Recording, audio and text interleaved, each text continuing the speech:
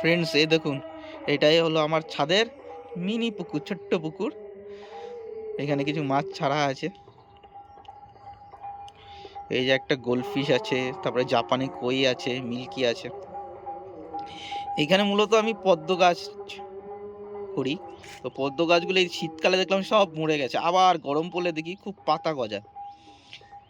ওই কয়েকটা পাতা আছে। আর কিছু আমাদের বাড়ির পাশে ঝিল আছে, ঝিল থেকে কিছু কচুরিপানা এনে আমার মা দিয়েছে। একটা এনেছিল, একটার থেকে কতগুলো হয়ে গেছে, পুরোটা ভরে যায়।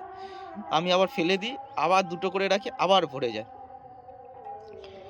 এটা হলো আমার মিনি পুকুর।